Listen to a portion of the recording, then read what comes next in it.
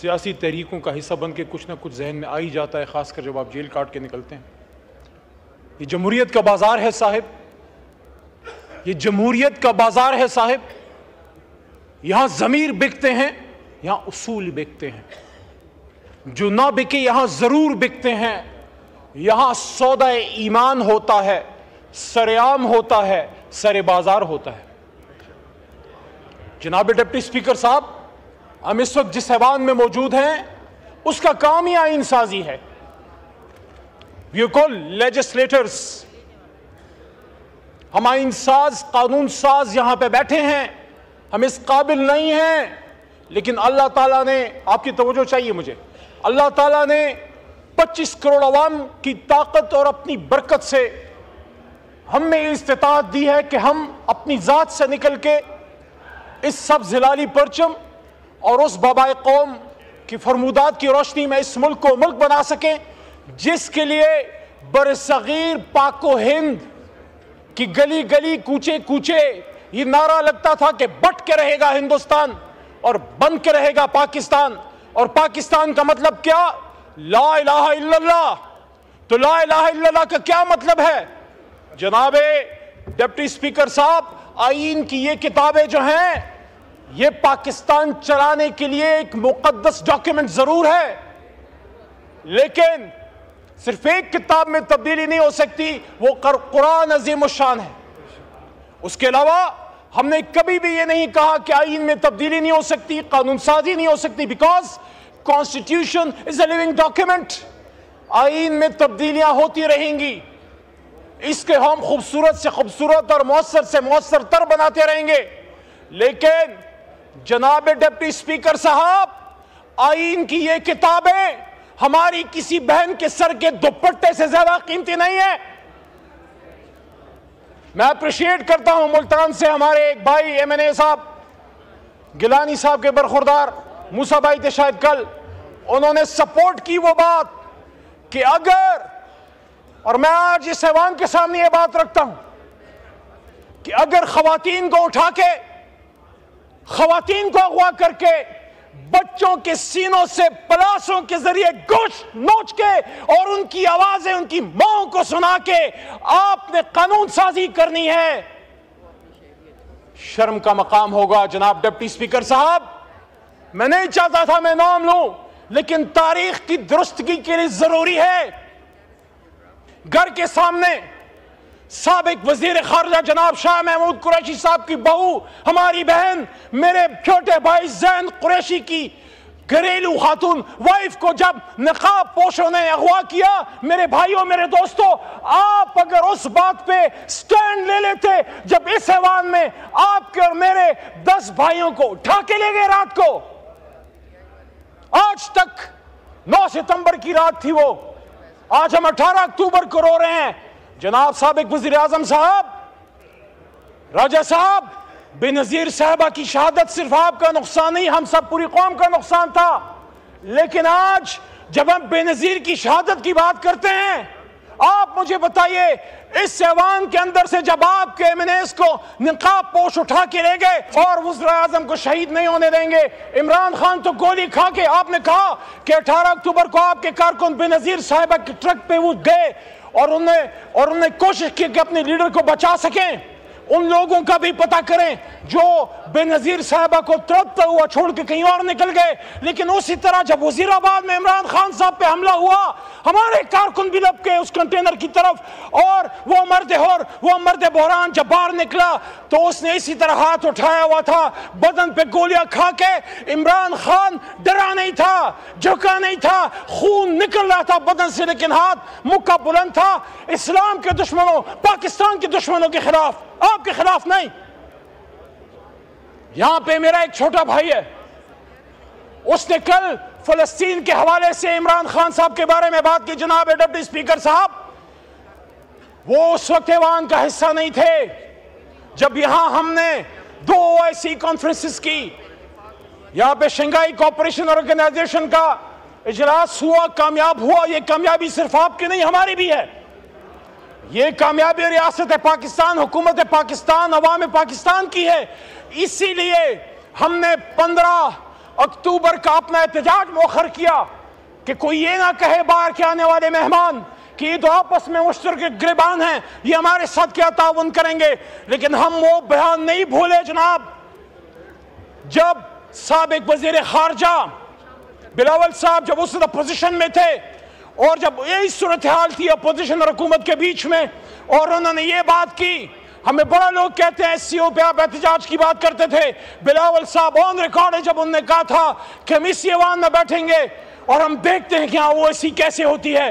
لیکن ہم نے سمجھا، ہم نے اس کو درگزر کیا یا ہم نے اس کو نظر انداز کیا کہ جذبات میں ایک بات کی ایک نوجوان لیڈر نے. لیکن آج جب میرے سابق وزیر اعظم میرے لیڈر پہ بات ہوتی ہے، اس کے فلسطین کاز سے کمٹمنٹ پہ بات ہوتی ہے، تو اسی ایوان میں سابق وزیر اعظم عمران خان نے یہاں پہ تقریر کرتے ہوئے جب امت مسلمہ کی لیڈرشپ یہاں پہ بیٹھی ہوئی تھی، انہوں نے کہا امت مسلمہ کی مردہ لیڈرشپ کو کہا کہ آؤ کھڑے ہو جاؤ، آؤ ایک اسلامک بلاک بناتے ہیں فلسطین کے لیے، کشمیر کے لیے اور امت مسلمہ کے لیے. کہاں تھے آپ جو آج سوال کرتے ہیں؟ اور اس وقت آپ کہاں تھے جب یہ آدمی جس کو آپ نے 450 450 دنوں سے جیل میں ڈالا ہے، جس سے آپ ہمیں ملاقات نہیں کرنے دیتے، پورا نظام ایک شخص کی ایک سٹیٹمنٹ سے ڈرا ہوا ہے، پورا نظام ایک شخص کی طرف دیکھ رہا ہے کہ عمران خان کیا کہے گا. عمران خان نے جو کہنا تھا وہ صہیونیوں، نصرانیوں، یہودیوں اور ان کے گٹھ جوڑ کے بیچ میں یونائٹڈ نیشنز میں ایک بات کی تھی، and we will fight، ہم مقابلہ کریں گے.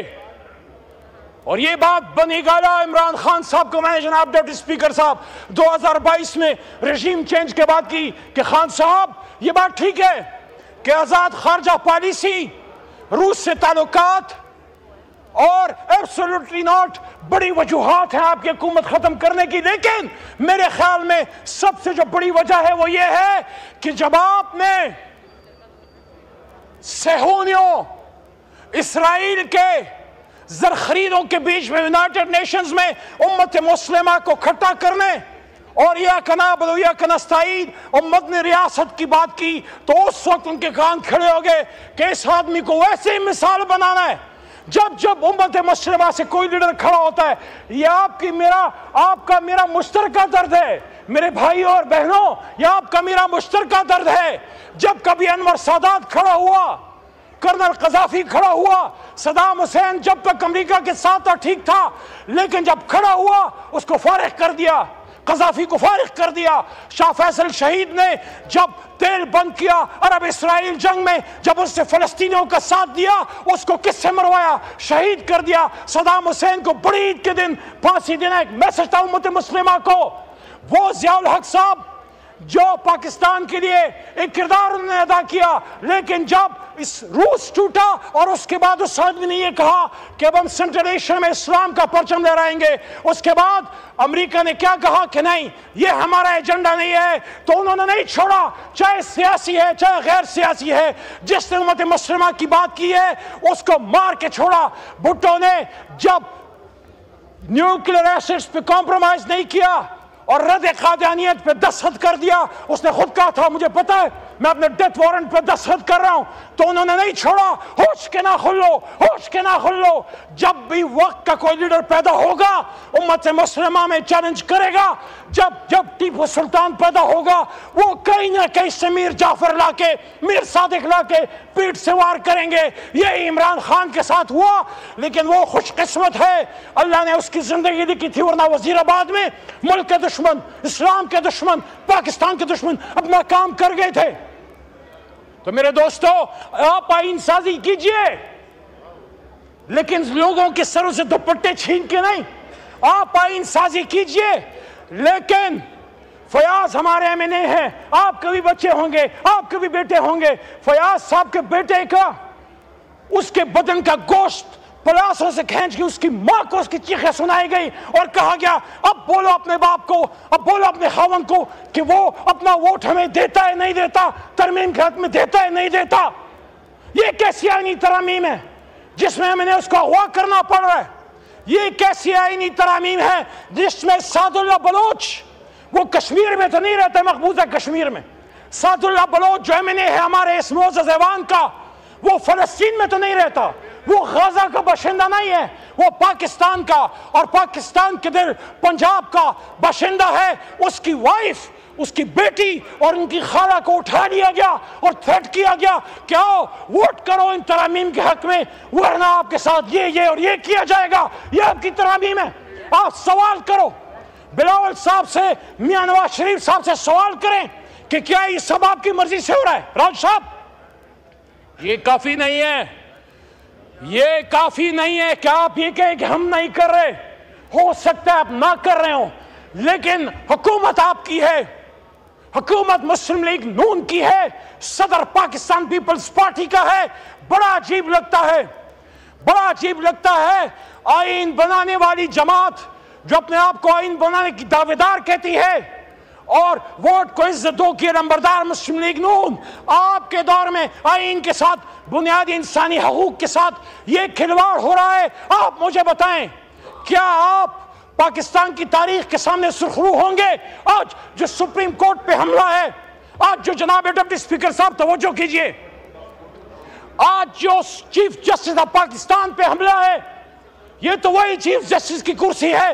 بڑا شہید بی بی کی بات کرتے ہیں، صرف قربانیوں کو ہم نے کیش نہیں کرنا، ان کے قربانیوں کا جو ماخذ ہے، اس کا جو اصل ہے، اس پہ عمل کرنا ہے۔ شہید بی بی نے اپنی شہادت سے پہلے کہا تھا اپنے چیف جسٹس کے گھر پہ پاکستان کا جھنڈا لہراؤں گی۔ میاں صاحب خود نکلے تھے، لانگ مارچ کیا تھا چیف جسٹس صاحب کے لیے اور سپریم کورٹ کے لیے۔ قاضی حسین احمد صاحب نے قربانی دی اور ہمارے لیڈر عمران خان صاحب نے جیل کاٹی آزاد سپریم کورٹ کے لیے۔ تو جناب ڈپٹی سپیکر صاحب، جب اتنی قربانیوں سے ہم نے اپنے سپریم کورٹ کو مضبوط کیا، چیف جسٹس کو توانا کیا، اس کی کرسی کو تگڑا کیا، آپ پھر کیوں اپنی باتوں سے پیچھے ہٹ رہے ہیں؟ آپ کیوں پھر سپریم کورٹ پہ حملہ آور ہو رہے ہیں یا اپنا کندھا دے رہے ہیں؟ کیا ایک ملک میں دو وزیر اعظم ہو سکتے؟ کیا ایک ملک میں دو آرمی چیف ہو سکتے؟ کیا ایک جماعت میں دو چیئرمین ہو سکتے ہیں؟ آپ کو ایسی سپریم کورٹ کیوں چاہیے جو آپ کے سامنے لیٹ جائے؟ آپ کو ایسا قاضی قضات کیوں چاہیے جو آپ کے سامنے ہاتھ جوڑ کے کھڑا ہو؟ آپ اپنی آئینی ترامیم تو پڑھیے۔ میں خود اس پارلیمنٹری کمیٹی کا ممبر ہوں، 2018 سے ممبر ہوں، اس میں 8 ممبران ہیں، 4 حکومت کے، 4 اپوزیشن کے۔ جب آپ نے جناب ڈپٹی سپیکر صاحب، جب آپ نے یہ قانون سازی کی کوشش کر رہے ہیں کہ پارلیمنٹری کمیٹی آن ججز میں آپ حکومت اور اپوزیشن کی تعداد میں فرق ڈال کے حکومت کی تعداد بڑھا رہے ہیں، تو آپ بیسیکلی کیا کر رہے ہیں؟ جو حکومتی ممبران ہوں گے وہ اپنی حکومت کی لان ٹو کریں گے۔ آپ بیسیکلی چیف جسٹس کو، ملک کے وزیر اعظم چاہے وہ کوئی بھی ہو، اس کے آگے سبسروینٹ کر رہے ہیں۔ اگر وزیر اعظم پاکستان چیف جسٹس کو نامنیٹ کرے گا تو اسلام کا کانسیپٹ ہے قاضی علی السلطان، قاضی سلطان کے اوپر طاقتور ہوتا ہے، وہ ہر کسی سے پوچھ سکتا ہے۔ جب آپ اس کے طریقہ انتخاب کو چینج کر رہے ہیں، آپ بیسیکلی کانسٹیٹیوشن کے گرنڈوں کو چھیڑ رہے ہیں، بنیادوں کو چھیڑ رہے ہیں۔ ہمارا آئین پاکستان سپریشن آف پاورز کے کانسیپٹ پہ مشتمل ہے، آزاد عدلیہ، آزاد مقننہ اور آزاد انتظامیہ۔ لیکن جب آپ نے 19 بیلنس چھیڑ دیا تو آج تو آپ کو اپنی مرضی کا کوئی چیف جسٹس مل جائے گا، لیکن کل کو پھر کوئی اور مولوی مشتاق ادھر سے پیدا ہو کے کسی اور بھٹو کو ٹانگے گا۔ کیا آپ تاریخ میں جواب دے سکو گے؟ کیا آپ سرخرو ہو سکو گے جو آپ سپریم کورٹ کو حکومت وقت کی پاؤں کی جوتی بنانا چاہ رہے ہیں؟ میرے دوستو، میرے بھائیوں، ہمارے دین کا کانسیپٹ ہے قاضی سوال کرتا ہے، اس کے پاس اختیار ہے۔ 184(3) سو موٹو، اس پہ حملہ ہے۔ کیوں حملہ ہے؟ کیونکہ 8 فروری کے الیکشن میں جو ڈاکہ پڑا، اس پہ ہماری پٹیشن سپریم کورٹ میں موجود ہے، اور اس کو 184(3) کے تحت چیف جسٹس جو بھی آتا ہے اٹھا سکتا ہے۔ آپ چاہتے ہیں کہ جو بھی نیا چیف جسٹس آتا ہے اس کے آنے سے پہلے یہ اختیار لے لو، اور چیف جسٹس کے اپوائنٹمنٹ کا اختیار چیف جسٹس آف پاکستان کا وزیر اعظم پاکستان کو دے دو، اور ساتھ میں آئینی کورٹ۔ کون سی آئینی کورٹ؟ کس لیے آئینی کوڈ؟ کس طرح کی آئینی کوڈ؟ آپ مجھے بتائیے 2008 سے 2013 تک آصف علی زرداری صاحب صدر پاکستان نہیں تھے؟ راجہ صاحب جو ابھی گفتگو فرما رہے تھے سابق وزیر اعظم، آپ وزیر اعظم نہیں تھے؟ اس کے بعد میاں صاحب 13 سے 18 تک وزیر اعظم نہیں تھے، بیچ میں شاہد خاقان صاحب آگئے، اور اس کے بعد 16 مہینے پھر آپ اکٹھے تھے، شہباز شریف صاحب وزیر اعظم، بلاول صاحب ان کے ساتھ وزیر خارجہ، تب تو آپ کو آئینی ترامیم کا دورہ نہیں پڑا؟ تب تو آپ کو بے نظیر بھٹو صاحبہ سے اپنی کمٹمنٹ یاد نہیں آئی؟ تب تو آپ کو بھٹو صاحب کی قربانی یاد نہیں آئی کہ ایک جج نے ان کے ساتھ کیا کیا؟ اور جس جج نے آپ کو انصاف دیا، اتنی تو محسن کش نہ بنے، اتنی تو رواداری، اتنی تو حیا رکھیں کہ جو شخص 50 سال بعد آپ کو انصاف دے گیا، آپ اس کے انصاف سے اتنا ڈرتے ہیں کیوں؟ آپ کو اپنی مرضی کا انصاف چاہیے۔ 50 سال بعد اگر بھٹو کو انصاف مل گیا تو پچھلے سال کا انصاف نہیں ہونا چاہیے۔ اور یہ کس نے کہا ہے کہ جو آ رہا ہے وہ کسی کو انصاف دے گا؟ انصاف تو رب کریم دے گا۔ میں آپ سے یہ کہہ رہا ہوں، خدا را آپ آئینی ترامیم لائیے، ہم اس کے لیے بات کرنے کے لیے تیار ہیں، لیکن اس ایوان میں لائیے، اندھیر کمروں میں نہیں، کسی کی مرضی منشا پہ نہیں۔ رات کے 1-2 بجے جب اس حکومت کا برائے نام لا منسٹر میڈیا کے سامنے یہ کہتا ہے کہ مجھے تو مسودہ مل گیا، آپ مجھے بتائیے مسودہ، آغا صاحب مسودہ کہاں سے آیا؟ میری معلومات کے مطابق میں بھی ایک چھوٹا موٹا منسٹر رہا ہوں اس حکومتوں میں، میری معلومات کے مطابق لا منسٹر جب قانون بناتا ہے وہ کیبنٹ کی اپروول سے، وزیر اعظم کی منشا سے اس کی لا ڈویژن بناتی ہے۔ لا منسٹر کو کبھی یہ نہیں کہنا پڑتا کہ مجھے مسودہ مل گیا۔ کہاں سے ملا مسودہ؟ کس نے بنایا مسودہ؟ کس نے بھیجا مسودہ؟ کس لیے بھیجا مسودہ؟ میں پیپلز پارٹی پہ میرا بڑا سوال ہے، کیونکہ جس سے توقع ہوتی ہے اسی سے سوال ہوتا ہے۔ آپ کہتے ہیں ہم نے آئین پاکستان بنایا، بلاول صاحب آج نہیں ہے، ورنہ میں محترم بلاول صاحب سے پوچھتا کہ اور تو کوئی کرے تو کرے، آپ کی جماعت، بھٹو صاحب کی جماعت کیسے آرٹیکل 8 میں چینج کر سکتی ہے؟ فنڈامنٹل رائٹس کو کیسے آپ چینج کر سکتے ہیں؟ ملٹری کورٹس کے حق میں کیسے آپ بات کر سکتے ہیں؟ بنیادی انسانی حقوق میں آپ چینج کیسے کر سکتے ہیں؟ میرے بھائیوں اور دوستو، قرآن میں اللہ فرماتے وَأَمْرُهُمْ شُورَى بَيْنَهُمْ، اور مومنین کو جب کوئی مسئلہ ہوتا ہے تو آپس میں شورا کرتے ہیں۔ یہ شورا کو شورائیت کا اختیار دو، جو اختیار نہیں دے رہا چھینو اپنا اختیار، یہاں چیزیں لاؤ، یہاں فیصلہ کرو، یہاں فیصلہ کرو گے۔ ہم وہ مسودہ عمران خان کے سامنے لے کے رکھ دیں گے کہ خان صاحب یہ کہیں سے آیا نہیں ہے، ڈکٹیٹ نہیں ہوا، یہ بنیادی انسانی حقوق کے خلاف نہیں ہے، یہ آپ کو ملٹری کورٹ کے حوالے کرنے کے لیے نہیں ہے، یہ پاکستان میں انصاف کے لیے ہے، آئین کو بہتر کرنے کے لیے ہم ان کو قائل کریں گے۔ وہ بھی انصاف کے نام پہ جماعت بنائے بیٹھا ہے۔ لیکن آج اگر یہاں پہ اس ایوان میں آپ ایسے قوانین پاس کر رہے ہیں جس کے لیے کل آپ تاریخ کے سامنے شرمسار ہوں گے کہ آپ بھول گئے ایک مطلق اعلان نے آپ ہی کے لیڈر کو ہتھکڑیاں پہنا کے ملک سے باہر در بدر کیا۔ ہاں، میرا لیڈر در بدر ہونے کے لیے تیار نہیں ہے، وہ کھڑا ہے، وہ ڈیل نہیں لے رہا، وہ کہتا ہے میں کھڑا ہوں، میں نہیں جاؤں گا، ملک چھوڑ کے نہیں جاؤں گا۔ لیکن کچھ لوگوں کو چھوڑ کے جانا پڑتا ہے، کچھ گئے ہیں، میں برا نہیں کہتا، ماضی میں بہت سی لیڈرشپ جلا وطن بھی ہوئی ہے، لیکن جو آپ کے ساتھ ہوا ہے آپ وہی گڑا پھر کھود رہے ہو۔ یاد رکھنا، جو بوتے ہو وہ کاٹو گے۔ آج جو کرو گے یہ دنیا مکافات عمل کی جگہ ہے۔ آج آپ عمران خان صاحب کو ٹانگنے کے لیے، ان کو ملٹری کورٹ کے حوالے کرنے کے لیے کسی کی خواہشات پوری کر رہے ہیں۔ یہ آئینی ترامیم جس طریقے سے پاس کرنے کی کوشش کی جا رہی ہے، اغوا کر کے، ابڈکٹ کر کے، خواتین کو اٹھا کے، صرف شہریار آفریدی کی وائف اور ان کی بیٹیاں، ان کو اٹھانا کافی نہیں تھا، جو آپ نے وہ سلسلہ آج بھی رکھا۔ اگر آپ اس طریقے سے کریں گے تو میں بصد احترام کہوں گا جناب ڈپٹی اسپیکر صاحب کہ یہ آئینی ترامیم نہیں، یہ غیر آئینی ترامیم ہے، یہ غیر آئینی ترامیم ہے۔ آپ کھڑے ہو جائیں اور ڈیمانڈ کریں، کیا وہ بات کرتے ہیں، لیکن یا ہم سے بات کر لو یا ہم سے لڑ لو۔ یہ کیسے ہو سکتا ہے کہ دن کی روشنی میں تو اسپیشل کمیٹی بیٹھے، وہ عمر ایوب، صاحبزادہ حامد رضا، بیرسٹر گوہر یا عامر ڈوگر سے بات کرے اور رات کی تاریکی میں آپ ہماری ماں بہنیں اٹھا لیں؟ یاد رکھنا عزت سے اوپر کوئی چیز نہیں ہے۔ عزت پہ حرف آئے گی تو پھر آئین قانون پیچھے رہ جائے گا، اس ملک میں بہت برا حال خدا نخواستہ ہو جائے گا۔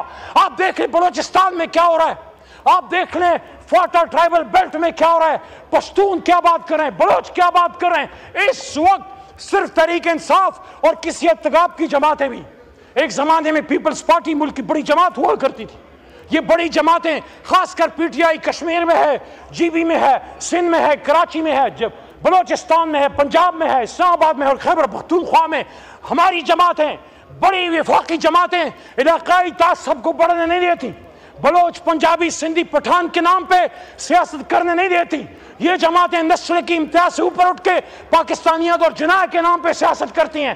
جب آپ ان بڑی جماعتوں کو کمزور کرو گے، ان کو لوگوں کو اٹھاؤ گے، ان کو مارو گے، ان کو بے عزت کرو گے، آپ اس ملک کو ان لوگوں، ان خطرناک عفریتوں کے ہاتھ میں آپ دھکیل دو گے جو بلوچستان میں ہمارے فوج کو نہیں چھوڑ رہے، جو خیبر پختونخوا میں ہماری ایف سی کو نہیں چھوڑ رہے، جو ہمارے مزدوروں کو نہیں چھوڑ رہے۔ دکی میں جو ہوا بلوچستان میں 20 مزدوروں کا کیا قصور تھا، پنجابی مزدور کا کیا قصور ہے، پشتون کا کیا قصور ہے جو مزدوری کے لیے باہر گیا ہے اور اس کی گھر کی عزت تاراج ہو رہی ہے ٹرائبل بیلٹ میں، یا بلوچ کا کیا قصور ہے؟